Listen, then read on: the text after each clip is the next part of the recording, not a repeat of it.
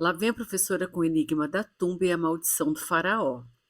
O cinema frequentemente explora o tema associado à maldição da múmia, sendo um meio que amplifica o mistério e alimenta o fascínio pelo Antigo Egito.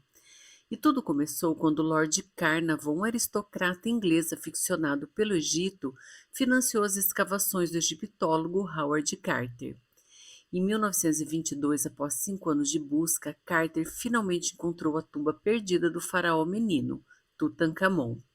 E o mais incrível é que ele estava prestes a desistir, quando por um acaso um garoto da sua equipe que trabalhava carregando água, brincando na areia, acidentalmente encontrou os primeiros degraus de acesso à tumba.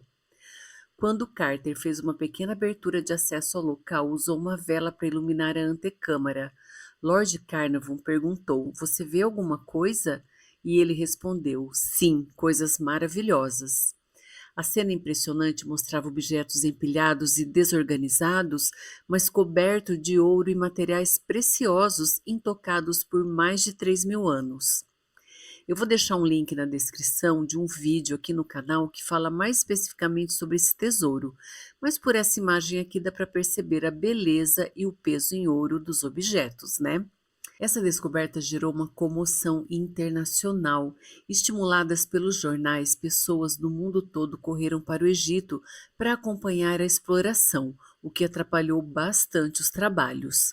Mas eventos dramáticos fizeram surgir então o mito da maldição da múmia, espantando as visitas, o que foi ótimo para o Howard Carter, que pôde trabalhar mais tranquilamente na retirada e catalogação dos mais de 5.000 itens da tumba, que contava com estátuas guardiãs em tamanho natural, uma estratégia dos antigos que acreditavam que elas protegeriam os tesouros contra espíritos malignos e ladrões. As figuras essenciais no simbolismo funerário serviam então para causar um impacto psicológico nos invasores, mas não foram suficientes para espantar os arqueólogos que perturbaram o sono do faraó, e aí coisas estranhas começaram a acontecer. No momento da abertura da câmara onde estava a múmia, ocorreu um apagão de luz no Cairo. Isso foi associado ao mau agouro. Também correu um boato de que o pássaro de estimação do Howard Carter teria sido devorado por uma cobra, sinal da maldição. Alguns meses depois, Lord Carnarvon, patrocinador do projeto, teve uma morte súbita. A mídia empolvorosa gerou uma onda de especulações, porque ele havia sido picado no rosto por um mosquito e se cortou no local na hora de se barbear. Por causa desse machucado aparentemente bobo, ele teve então uma infecção generalizada. Foi bem estranho. Correu também a notícia de que seu cachorro, que estava na Inglaterra no momento da sua morte, teria uivado terrivelmente e morrido em seguida. Outras mortes se seguiram, como a do Sir Arquibaldi, que teria radiografado a múmia do faraó, do magnata George J., que adoeceu após visitar a tumba, falecendo de pneumonia logo depois, e do príncipe Ali Kamel Bey, assassinado pela esposa após a visita.